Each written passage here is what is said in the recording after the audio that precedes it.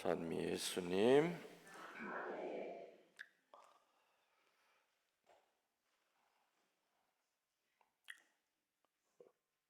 라틴어 격언에 이런 말이 나옵니다.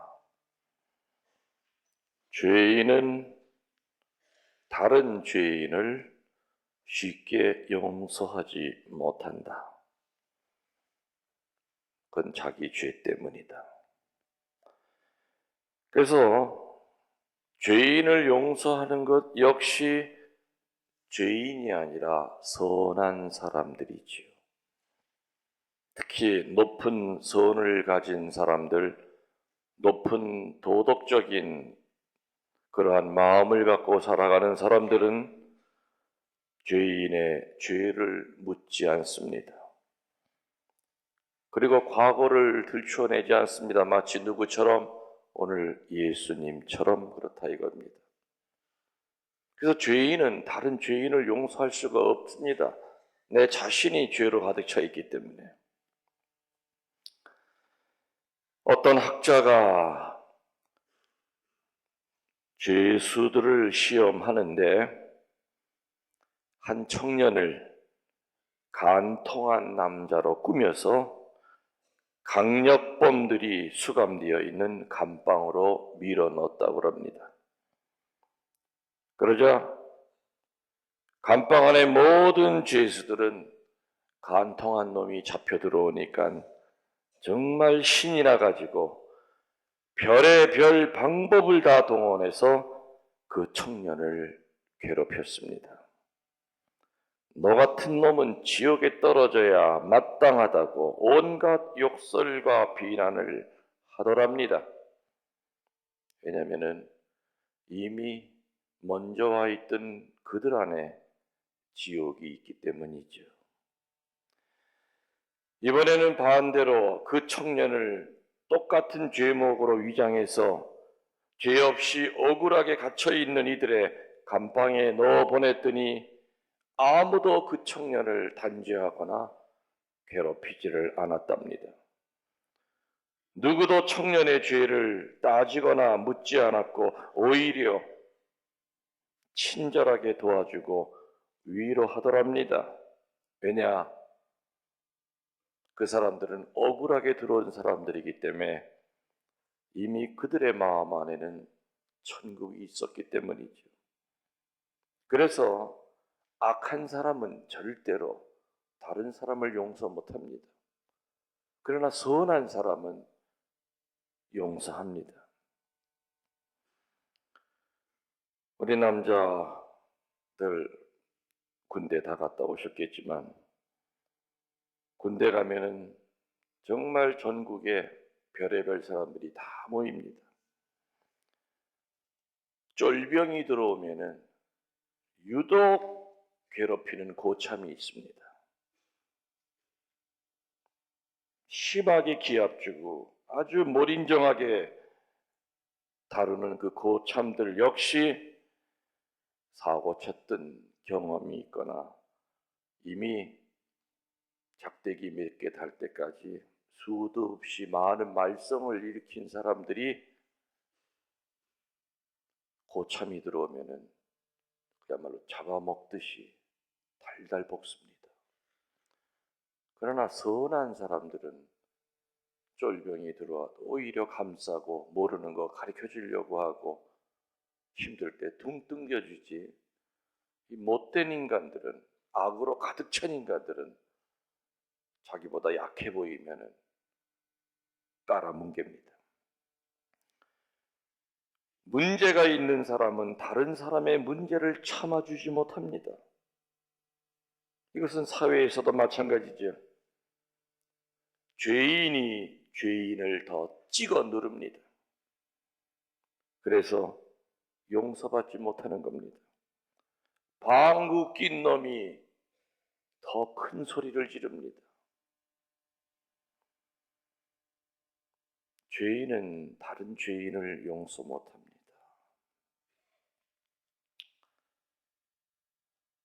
오늘 간음하다 잡힌 막달라 마리아는 엄밀히 따지면 유대인의 3대 범죄 중에 하나를 진 겁니다.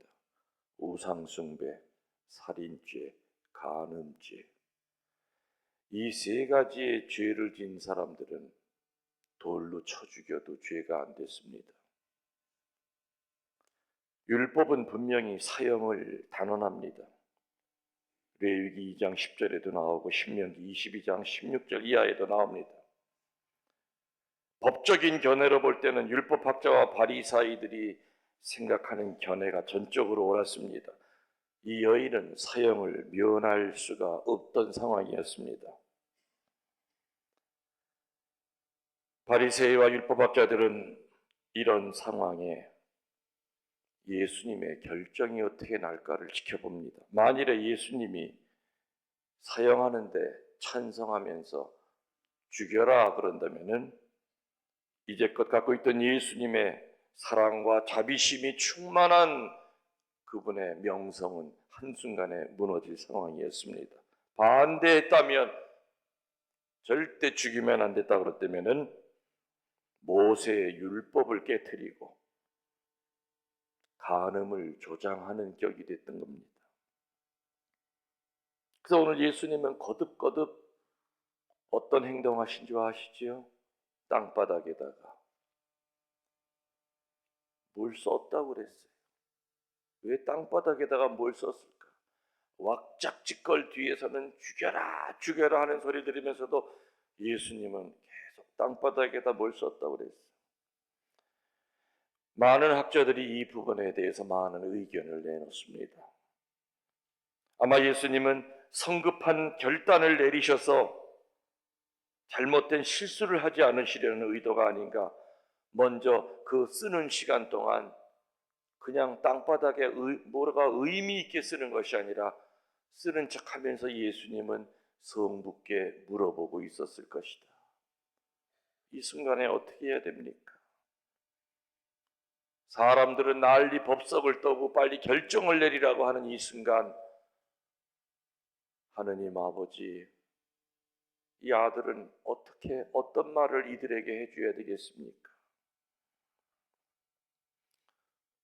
또 어떤 학자들은 일부러 땅에다가 못 쓰는 이유는 시간을 주어서 자신들이 얼마나 잔인한 것을 깨닫게 하시려고 하는 의도가 아니었겠는가라고 얘기하는 학자도 있습니다.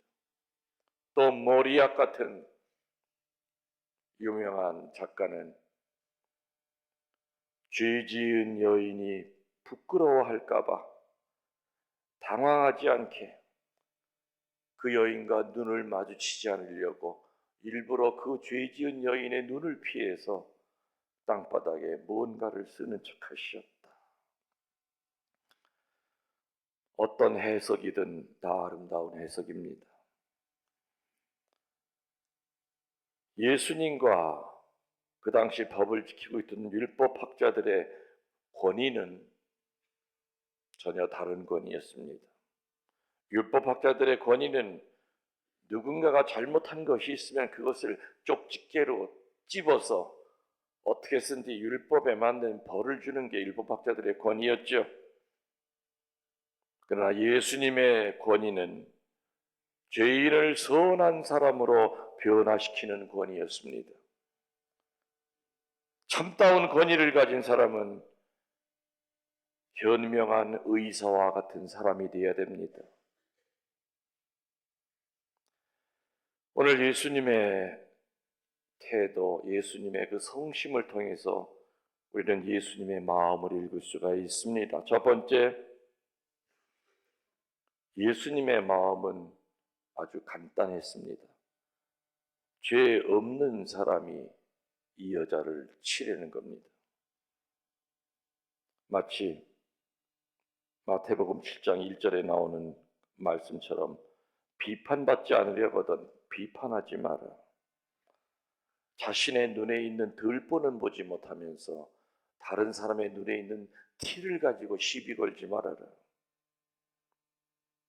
인생에 있어서 가장 쉽게 빠지기 쉬운 과오는 뭐냐? 자기 자신에게는 지극히 관대하고 남에게는 추상같이 비판적이라는 겁니다. 자기 자신이 지은 죄에 대해서는 늘 변호사 노릇을 하고 다른 사람이 자기가 지은 죄의 100분의 1, 1000분의 1도 안 되는 그 죄인 앞에서는 찍어 누릅니다. 예수님이 다른 사람을 판단할 자격이 있는 그 기준은 좀 전에 얘기 드린 대로 아주 간단합니다. 죄 없는 자만이 다른 사람을 비판하라.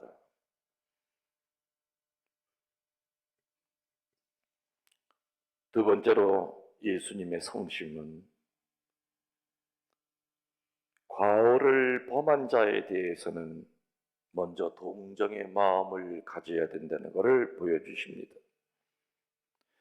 우리가 죄를 짓고 과오를 범한 사람들과 대면할 때 첫 번째 느껴야 될 감정은 이놈은 죽일 놈이야. 이놈한테 왜 천벌이 안 내릴까? 라는 마음이 아니라 어떻게 하면 이 죄인을 도와줄 수 있을까? 어떻게 하면 이 사람을 회심시킬 수 있을까라는 이런 동정의 마음을 가져야지. 죽일 놈이야. 천벌받을 놈이야. 홍수 때 저놈은 왜 떠내려가지도 않아. 산불에 타지도 않아. 이런 마음은 예수님의 마음이 아니라는 것이죠. 예수님은 그런 마음으로 죄인을 대하셨습니다.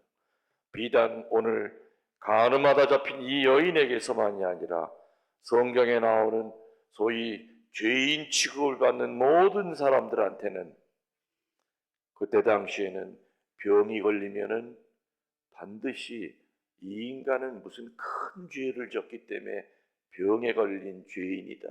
그 때문에 이 인간은 동정할 필요도 없고 당연히 지 죄에 대한 보석을 받고 있는 거다.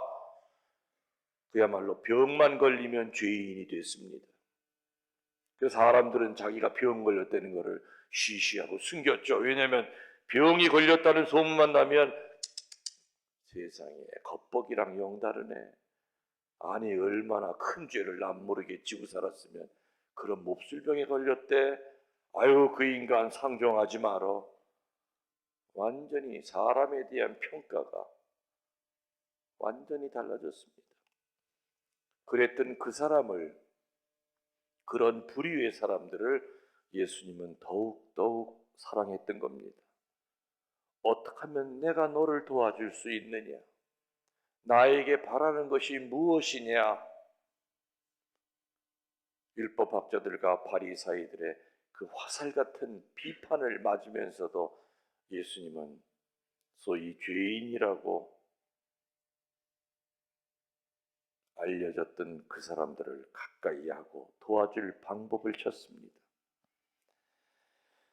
마지막 세 번째로 오늘 예수님의 성심을 통해서 우리들이 묵상해야 될 것은 예수님이 쉽사리 죄를 용서하셨다고 생각해서는 절대 안 됩니다. 돌아가거라. 그리고 마지막 말이 뭐죠? 죄 짓지 마로도 아니에요. 그 앞에 어떤 말이 붙죠? 다시는 never, 다시는 죄 짓지 말아라. 괜찮아, 염려할 거 없어. 이제껏 네가 살아온 대로 살아. 이 뜻이 아니었죠. 이제 너를 용서하는 것은 내 할 일은 다 했고 이제 너는 선택을 해야 돼. 너가 이제껏 살아온 것이 다 그릇되었으니 나가서 네 몸뚱아리와 싸우고 세상과 싸워서 철두철미하게 너의 인생을 전환시켜라. 가서 더 이상 죄 짓지 말거라.